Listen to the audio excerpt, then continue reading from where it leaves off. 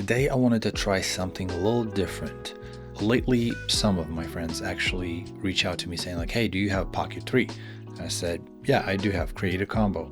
The next question follows, well, what's in the Creators Combo? So I had to explain them all the time. So in this video, I'm going to just show exactly what's inside of the box of the Creators Combo, but instead of just talking about what's inside the box and just showing you the unboxing video, I want to chat about the camera because, to be quite honest with you, I had this camera for a little while now, and I know I've been slacking to post this video, but it gave me a little bit of time to actually test this camera out, take it on a couple of trips and a couple of jobs, and just to film some behind the scenes and just try it out in different scenarios. And I want to address all the myths, rumors, debates about this Pocket 3 and just kind of give you my initial thoughts about this camera. Well, let's just start off with the actual 1-inch sensor. Everybody's like, okay, this is not a 1-inch sensor. Well, honestly, it doesn't have to be exactly 1-inch sensor of diameter. It is old school camera term that just stuck around for today's date. But even though it's not a full inch sensor diagonally, this sensor still is bigger than some of the sensors in the action cameras and Osmo Pocket that is previous model. The bigger sensor, the bigger light performance and sharper details and more professional look, obviously. Now, dynamic framing, that's another thing that everybody's talking about, the DJI fancy auto framing feature. Now, DJI keeps hyping it up, but what does it actually do? So it's basically you pick a spot on your screen, you double tap or select by dragging your finger on the screen or on your phone if you connect to the application. And then the camera keeps tracking that specific spot or a person, and no matter how much you move, it'll just keep it exactly centered or positioned however you would like within the frame, that object or a person. Now, it is not absolutely flawless, but is way better than some of the other cameras / gimbals out right now. So to be honest with you, the sensor, the gimbal, the tracking features, it's all really came from DJI's drones. I remember back in the day, I used to just hold a drone, I didn't unfold it, and just walked with a drone, and it was almost exactly the same as I would have Osmo Pocket 3 back in the day. And they even, like back in the day, they were used to sell the actual holders for the drones where you can slide in the drone and you hold it with 2 handles and just walk around and just film stuff. So back in the day, that's how it was. And DJI was like, what the heck, let's just make sure that we're gonna create something that people want, because we can see that there's a demand. People are just simply holding the drones and filming. Let's just create a camera. So that just came up with that Pocket Osmo cameras with the gimbal. I mean, which is smart. As a company, you know what people needs and wants are, and then if you accommodate that, you're making money. This is what they're doing right now with it, the Osmo Pocket 3. Now, the third talk about the DJI Mic 2, which actually you have one mic that comes with this Creators Combo, and this is 32-bit float audio recording internally for that microphone. And what that means is that if you're out in loud, noisy environments and you're trying to film something, no matter how much you scream or you're speaking up really quietly, in the post-production, you can grab that 32-bit float file and bring it up if it's too quiet without any kind of like outside noise.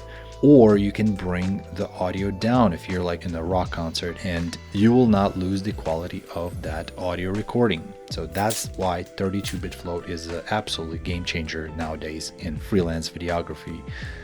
With this DJI Mic 2 comes some problems. Some people notice that sync delay when recording a separate audio track, you might have to adjust it in editing. So it's not a huge deal, but it's kind of annoying. Now, can this camera handle low light? It does. It has actually specific low light video mode that doesn't allow you to shoot in a D-Log-M, but it definitely is improvement from the previous action cameras. With this Pocket 3, it is not, oh my gosh, it's amazing compared to like, let's say Sony cameras, which is like see in the dark type of deal. This footage is actually usable in the really low light scenarios. So overall, there's tons of things that they're talking about, that it's not a perfect camera just simply because it is a fragile camera. It's not like a GoPro or some other action cameras where you can just slam them, you can dunk in the water. This one is fragile, is not waterproof. People complain about case, that it's not fitting the exact way. That's the reason why some people actually 3D print different cases or just purchase third-party cases that are just smaller and fit perfectly onto the gimbal. Zooming, the digital zoom is pretty bad. You lose a lot of quality. Your lens on this gimbal is 20 millimeters. Now you can always slap on even wider converter lens that looks like a filter. It slaps on magnetically and it gives you 15 millimeter view angle.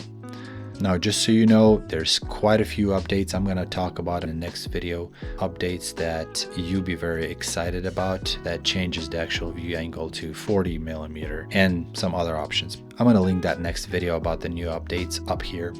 Now, battery, another thing everybody's talking about. When the battery runs out on this camera, you cannot just swap the battery. There's no such thing. You either have a battery extender like I have here in the Creators Combo, where you can connect it and it actually charges the Pocket 3.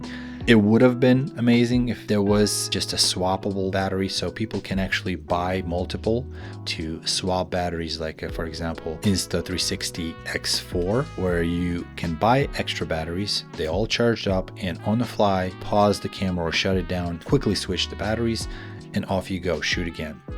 Now, some folks said if you're shooting high frame rate on this camera, which is super cool that you can shoot 120 frames per second slow motion, they say there's times it just overheats. Now, I will be testing this camera with a different SD cards that are faster, just to see if that would make a whole lot of difference and it's not going to overheat or not. But I had this camera overheat on me a couple times when I'm shooting in a high frame rate. So I'm gonna again link another video here. It's gonna be on the top right corner where I will be talking about this experiment. So hope you subscribe and just follow if you don't see that video up top. Now, another thing that everybody's talking about is it better than a smartphone camera? That is a big question. Well, it is yes and no, just simply because obviously you have an iPhone, for example, 15 Pro or later, or Samsung S24 Ultra or later, you probably will not see a huge difference. But the Pocket 3 has one thing that other phones might not do great, and that's a gimbal. If you run with your iPhone trying to film something, you definitely will see quite a bit of shake. But with this stabilizer, it is definitely a noticeable difference. There's pros and cons on both worlds. If you're a regular Joe just trying to just film some regular videos, you're not crazy about D-Log and log footage in general or Apple ProRes log, you definitely will benefit from Pocket 3. Now, if you are a color grading nut that you're just crazy about making the most out of your footage, you probably would want to stick with iPhone 15 Pro or 16 Pro Max, where it gives you an ability to film very high-end file of Apple ProRes log that you can just do whatever the heck you want with it in the post. Which one are you? I mean, you tell me. Now, one of the last things, it is price. And to be quite honest with you, price-wise, it is pretty expensive. It's not cheap. But if you are into this kind of filming and you want this stabilization, you want those features, I don't think $500, $600 is a crazy price. Now, if you are filming with this little pocket-sized camera and you don't want people to be actually looking at you like, what the hell are you filming me for? You are discreet with this camera compared to all the other cameras, or even phone camera, which is super strange. I noticed a lot of times when I'm filming with my phone camera, people are staring at me, and then the same time I would film with my Pocket 3, people just don't care about it. They think it's some kind of toy. So again, there's pros and cons for all of it, but I really want to know your thoughts. What do you guys use that for if you bought it? But if you didn't get this kind of camera, I definitely suggest you pick one up using my affiliate link down in the description below.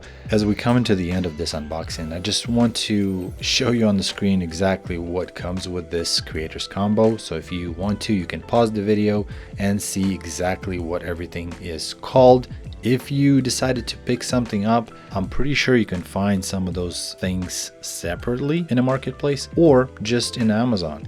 I hope that helps. Now, if you like this video, please don't hesitate to slap the like, hit the subscribe button, sucker punch that bell while you're at it to get notified to all the upcoming videos that are coming to this channel. Thank you so much for watching, my friend. Stay awesome, and I will see you in the next video. See ya.